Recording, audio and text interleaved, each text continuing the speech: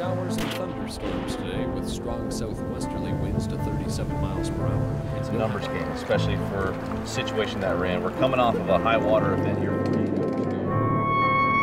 The outdoors is not a hobby. It's not our passion. It is our way of life.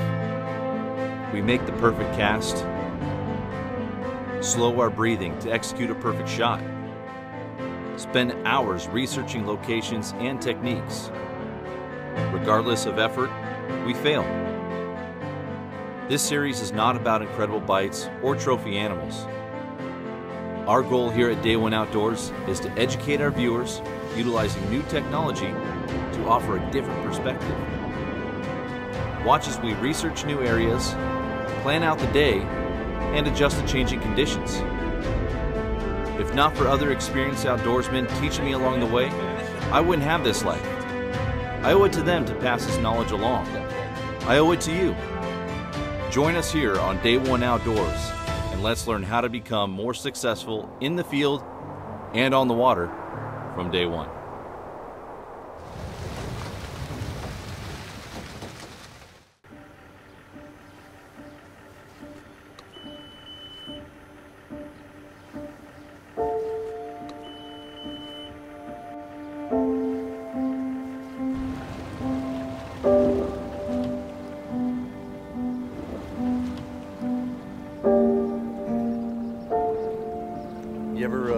You ever sturgeon fished before? No, it's my first Really? time. You know what they look like?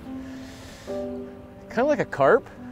Somewhat, with whiskers. Okay. Kind of like you after 4 hours of not shaving. Right.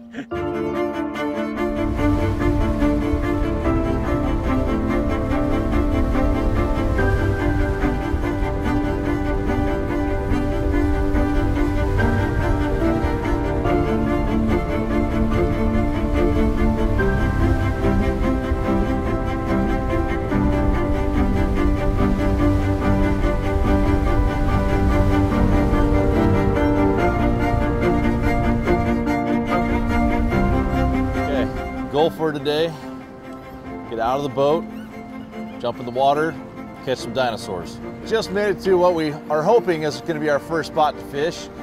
The ships have swung, tide's starting to run out, and today we're targeting sturgeon, but not in the ways we've done it in the past.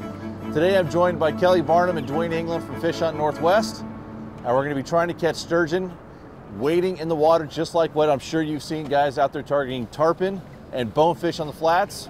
Why not do it here in Oregon? So we're gonna see if we can't sneak up here on some shallow water. We gotta be real careful because the tide's gonna drop out about 6-7 feet here today. And if we're not paying attention, this boat could be high and dry and we'll be out here for a long time. Hey, we got waders on. We'll just keep fishing if the boat gets stuck. So I'm gonna see if I can't sneak up here and, oh, starting to shallow up already, and get us up on top of this first flat. We'll go over some gear and talk about what we're doing. It's been a long time. Barnum's trying to tie a bull. I gotta watch this. Don't watch. It's been a long time since I've tied a real knot. Show me again. Hoopa, tie me a sheep shank, Hoopa. So even though it's showing 2.6 right here, that's from the bottom of the boat. So I use my little poker stick. It goes down about right there.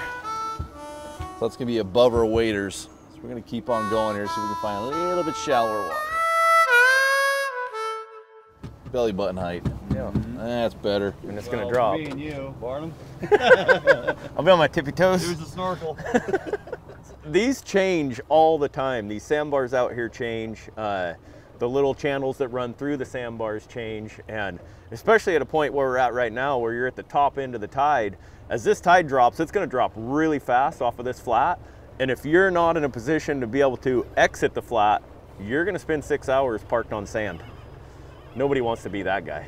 No, and in fact, I'm really not liking the looks of that. Just a month ago when I was here, I was going through here no problem, but I'm gonna go back the way we came and get up in that deeper water. We're just gonna go out and around. Yeah, I'm chewing up sand right now. Yeah, you guys get to the front for me. You know, sometimes you need to sandblast the bottom of the boat and clean up those props. Look at that graph right now. You would think we were sitting right on a beach. We pretty much are. Yeah. Be back here in an hour, it will be a beach.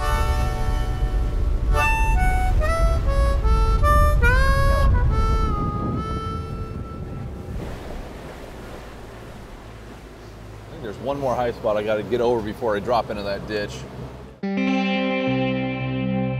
me give you a rundown of the setup since you guys have not used it before. Basic slip bobber. Yeah. So this is a 2-ounce fish field bobber, just like you do salmon steelhead fishing, slides up and down, we can easily adjust. We're going to set our bobber stops here in just a second, but down below I got a second bobber stop set up right here. And that gives us a little bit of slide, a little play for our slider. Okay. So what's going to happen is once it hits bottom, instead of like on the normal rigs where the slider is going to be tight to your bead chain, because the current and your tension here is pulling that tight like this. In this case, the bobber's going to be pulling it tight to the upper stop. So that way when the fish bites, you're going to see it immediately on the bobber. So what I like to do is most times I want my bobber laying sideways, just like bobber dogging. So it's almost like a tip up ice fish. It just goes pop, pop straight up. That way there's almost no resistance when those fish grab it. You see it immediately. You can reel down and get on that fish. All right, baits, you guys can stuff them in your pockets. Just throw a bag of anchovies in your pockets. And we'll pull the boat up here and then we'll go fishing. There you go. I'm looking right now at this current, and as eager as we are to get out there, safety first, hence the life jackets too, but we might need to wait for this current to slow down a little bit. And the way it's going to slow down is by a sandbar upstream of us starting to become exposed. As soon as it does, that'll slow down that current coming through here. We can walk a little bit easier. You know, it looks okay right now. It's pretty flat water, but I was tossing my bobber out there just to give it a look, and the bobber's getting pulled underneath. But 2-ounce bobber's getting pulled underneath. That's some pretty swift current. So I think we'll just back off, pull the anchor up, back down a little bit, do this the old-fashioned way, and maybe just wait just a little bit longer before we jump out of the boat. We got all the gear ready, so we'll be ready as soon as the current slows down, but safety first.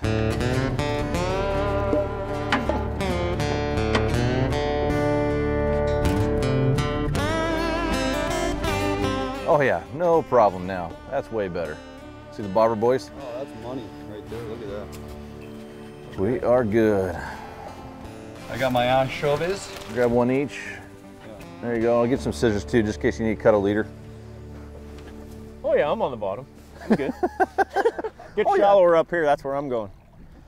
This is monumental. This is something else right now. As soon as I get the boat position here, the first thing I'm going to go out there and go suggest to those guys, you know, these fish, they're lazy. They live for 100 years, right? They're not going to make any effort to try and chase down and find bait. They're just letting the current flush them up on the incoming and back out on the outgo.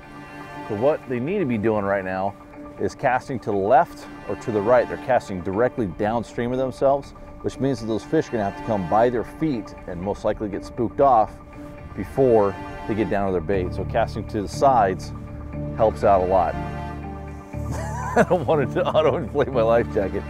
All right. Okay, come on. Touch bottom. There it is. Wanted to make sure I didn't set off the auto-inflate.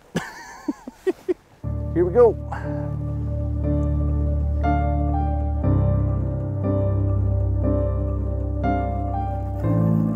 Yeah! Oh, slow down. Slow down, slow down. Oh, then when I'll back up shallower. Yeah, let's get shallower. Boy, this little guy, he's probably about keeper size, but he just about spooled me. There he is. Okay, there we go. First one of the day right here. Oh, I gotta get wet.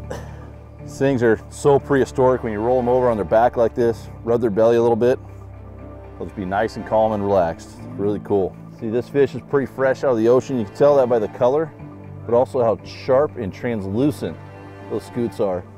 It's a very healthy fish. That's probably right about 48, 50 inches, probably right in that range, from tip of the nose to the fork. Yeah. Long, buddy.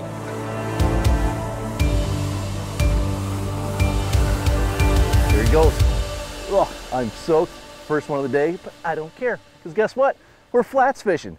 You see this in Florida, you see it out in the Pacific Islands, Pacific Northwest. Don't see anybody out here doing this, so why not? We're out here, the water's calm, the current's not running too hard, waist deep water. Why not mix it up a little bit and have some fun? That little 48-inch fish, little 4-footer, just about spooled me.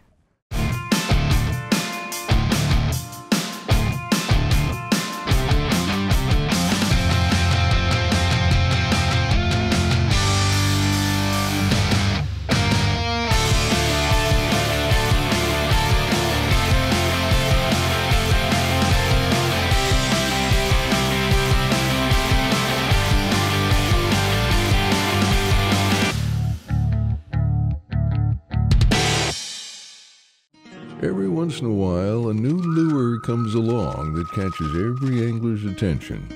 It could be because of all the irresistible colors and finishes, or the patented skip beat action. Or maybe it's the wide variety of sizes designed for salmon, trout, walleye, steelhead, mackinaw, and more. But just for the record, we know one thing for certain. We didn't design the maglip to catch fishermen. Yakima Bait Company. In 1945, my father started a diesel service unit. He and two other fellas started an old furniture factory. Since that time, we've been very successful. At DSU, we provide whatever service a customer needs, whether it would be trucks, parts, service, rental, leasing. Customers stay with DSU for the same reason that we are in business. If you take care of your people and you take care of customers, everything else will fall in line. You know, the weirdest part is walking on these flats and all of a sudden you'll come to like a hole in the sand. And they're about this big around, maybe 18 inches wide and about 6 inches deep. And the only thing we can figure it's where sturgeon have been feeding. They've been sitting there in that area, filtering that sand, trying to pull out the clams or whatever else they're feeding on this flat. And it's weird to walk along here and feel how many of them there actually are. I mean, about every fourth or fifth step, you step in one of those holes. So one would have to assume that this entire flat is just dimpled with them. You talked to me about doing this when you guys did it, I believe, last year. And then we kind of talked on the phone as we were searching for fish this year about, you know, pulling out the bobbers and doing it with bobbers. And I've never heard of it before. Well, I'm sure guys have done it before in some capacity, but the way that we got this rigged, it's done intentionally. You know, it's a way for us to manage the bait, manage the presentation, but not have to manage the rod tip or. Right. I started doing this because it was in the boat with slack water, lots of wind, no current. So if the boat's spinning around, you can't keep the rod tip still to keep the bait still. Right. So how do you keep the bait still? Throw a bobber out there, put it a foot deeper than the depth of the water, let the bobber lay on its side and just let it hunt. Them lines can lay slack or do whatever and it just doesn't matter. Yeah, let out 20 feet of slack, who cares? The bobber's fine. Right.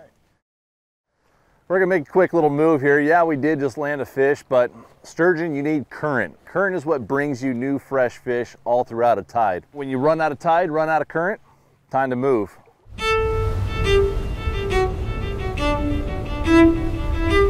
Well, we're coming up over here to one of my favorite sturgeon spots, and it looks like the hole's already taken. There's a big old whale hanging out here. We're in 5 feet of water, so that tells us two things. One, what an incredible day, whether we don't catch another fish or not. Doesn't matter. This is awesome to have a whale this close to us. Really cool. Boat's in neutral, just kind of hanging out, and he's just swimming around, and he's feeding on anchovies. What are the sturgeon feeding on? Anchovies. So, yep, there you go, spouting right back there. So, after we're done hanging out with him, it's just too cool. Who cares about fishing right now? This is part of the fun of being out here on the waters. You get experiences like that. I mean, how many people around the world can say that they've had a whale swim underneath the boat twice? This is cool. In 5 feet of water, it's unbelievable.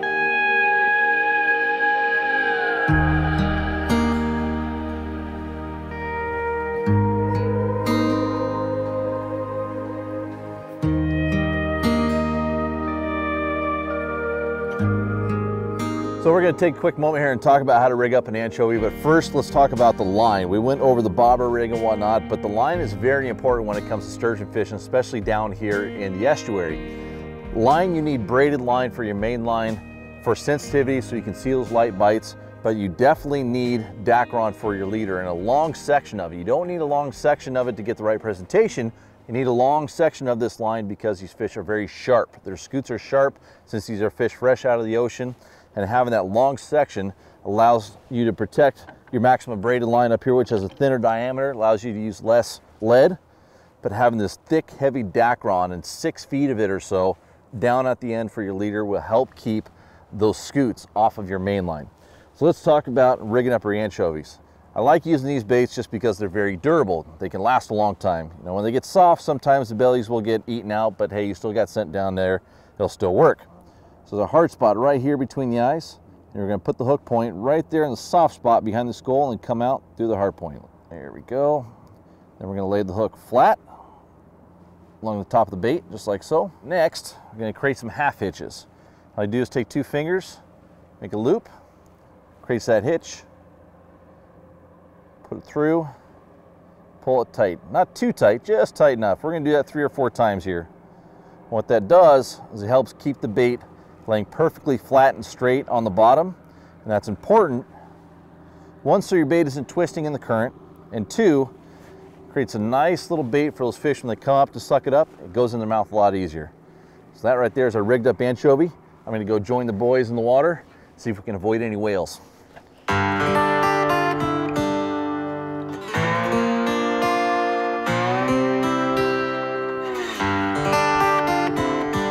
We're searching for fish. I mean, we're thing with this early summer sturgeon fishery around here, when you find fish, you're normally on fish. If you're going 15-20 minutes without a bite, you need to find fish. So we're on the hunt. I'm bringing Chovy back.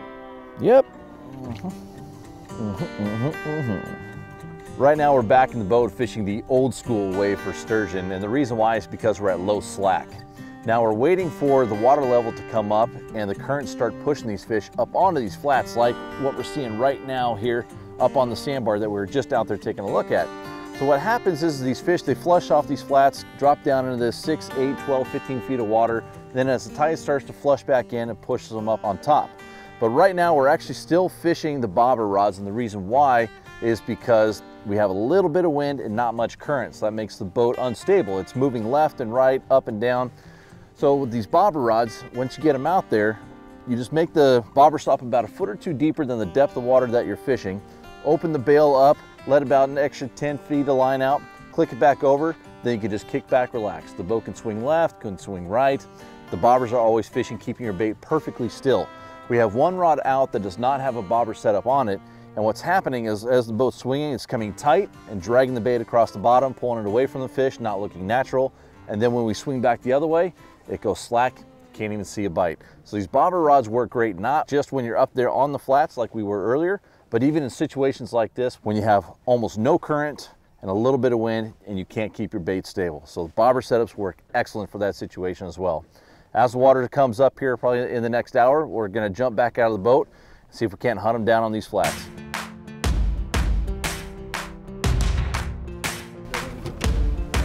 You're gonna run up on you and then he's gonna go again. Yep. Pick them all up. Jump right here! Jesus! That just happened! Dude, that was head high! Wow! You hear me yell, he's gonna jump right here? Whoa, going again. Well, I know it's catch and release, but isn't that why you do it? Hey, look at this. Oh my God.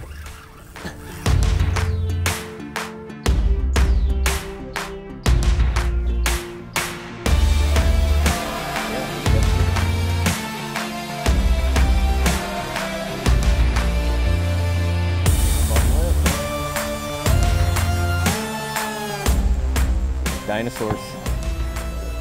Okay, Kelly, here you go, bud. Let me know you got the hook clear. There he is. There he is. Yeah, he's what? He might be a little over. He might be right at 50. 48, 52, somewhere in there. Yeah. Nice fish, man. The barbels. Dude, that jump. That's why we come out here, is that reason right there. Yeah, even when you can't keep them, I mean, they're so fun to catch, especially in this shallower water. Yeah. I mean, they scream drag. Spinning rods, bobbers. Yeah. This is fun.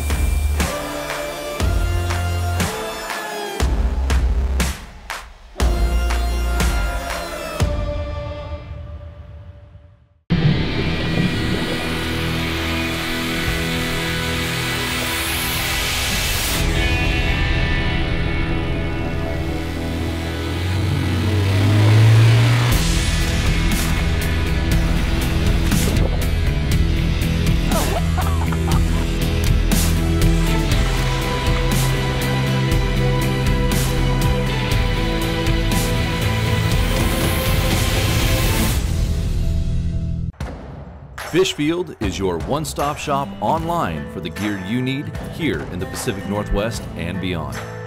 From salmon and steelhead, saltwater, trout and kokanee, even crabbing. Visit fishfield.com today to place an order with no sales tax and have the gear you need shipped fast. Fishfield.com, we have what the Northwest outdoorsman needs.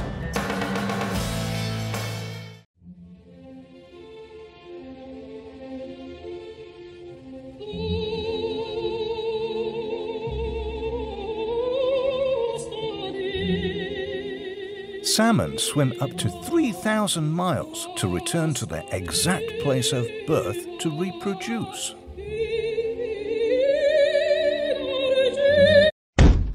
Well, most of the time.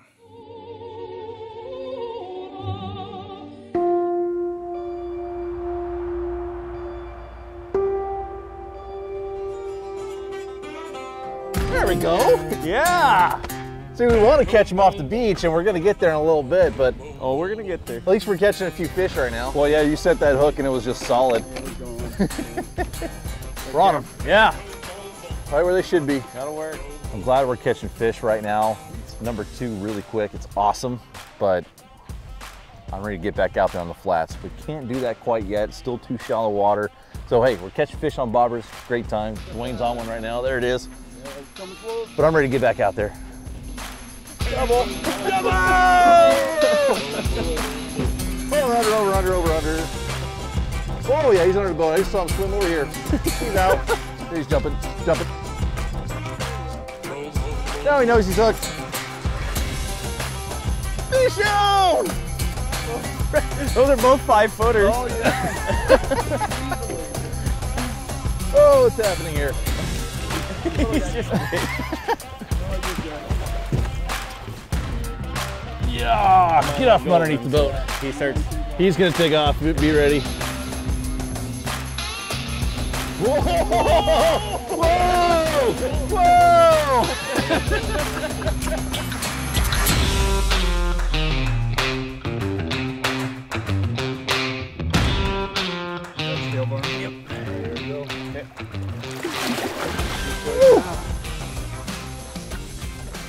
Coming to you. Okay. Thank you, Kelly. No problem. See, a lot of people don't know that sturgeon have ampullae of Lorenzini just like sharks. These little, they're gel-filled pores here in the tip of their nose that help them sense vibration. You know, for the prey they eat, I don't know why that's important, but for whatever reason, whether it's, maybe it helps them find clams. I don't know. Could just be an evolutionary leftover from the dinosaur days. Fire away. All right. Thanks, buddy. Woo! He is ready to go too. Yeah! Love this stuff. Boys, now the question is, Do we move up? we could. We can get back on the beach and Well, see if we can't get we them. don't even have to get on the beach. We could go, well, it's gonna get deep fast. No, just go right on the beach. It's 2 feet of water right there. You know all these, we know these fish are all going Right, yeah. let's right do up it. there. I mean, It's fun to catch them out of the boat. Yeah, that's what we came here to catch I them on the beach. really want to keep catching them Yeah. off the beach. Let's Yeah. go do it. Even Let's if do we it. catch less, it's still more Right. fun. Yeah, well, that's why we came. But as the tide goes on, there's gonna be more and more fish up there. Right. Okay, pick them up.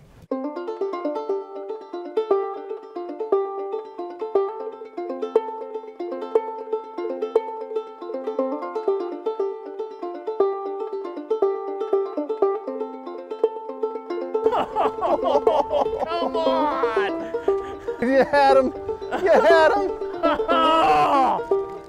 8 hours of work for that moment, and I failed.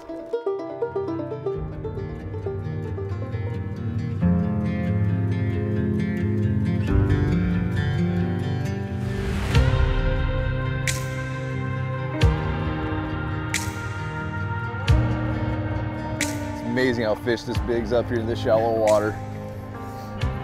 Oh, he might. He Oh, might. oh, yeah. His nice big tail. It's pretty big.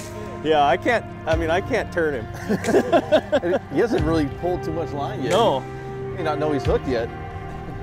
it's much more intense in the water. Oh, it is. It definitely is.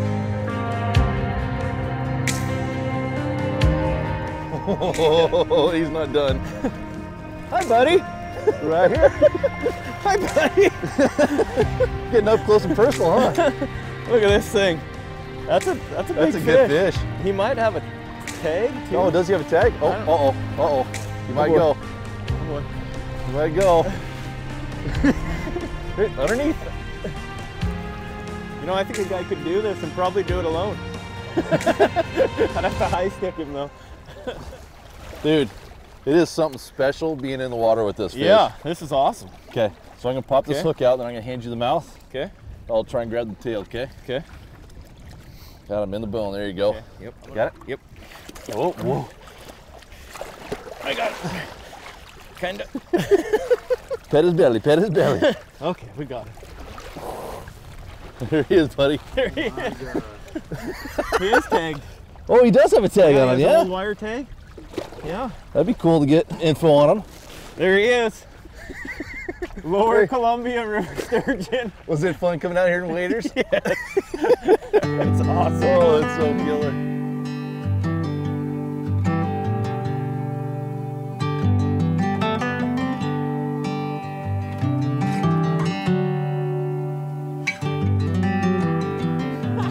That's That was awesome. worth it. I've caught a lot of these things and I've literally never done this. Yeah, and that's part of the fun, is that we have caught hundreds, if not Right. thousands of sturgeon out of the boat, sitting in deeper water, catching them, but there's something special coming through and fishing waist deep water Yeah. or less. Right. Yeah, the boat's floating, we can make that work. Right. But why not come out here and get on their level, have a completely different angle, just that difference in 3 feet, Yeah. way different fight. Dude. The main thing is just take a fishery that, I mean, we've been doing for years and that we've, you know, pretty much dialed in and just add something to it to make it even more exciting. Freshen it up a little Yeah, bit. absolutely. Make it new again. Yeah. Oh, this is great. Thanks for coming out with doing this with us. No problem.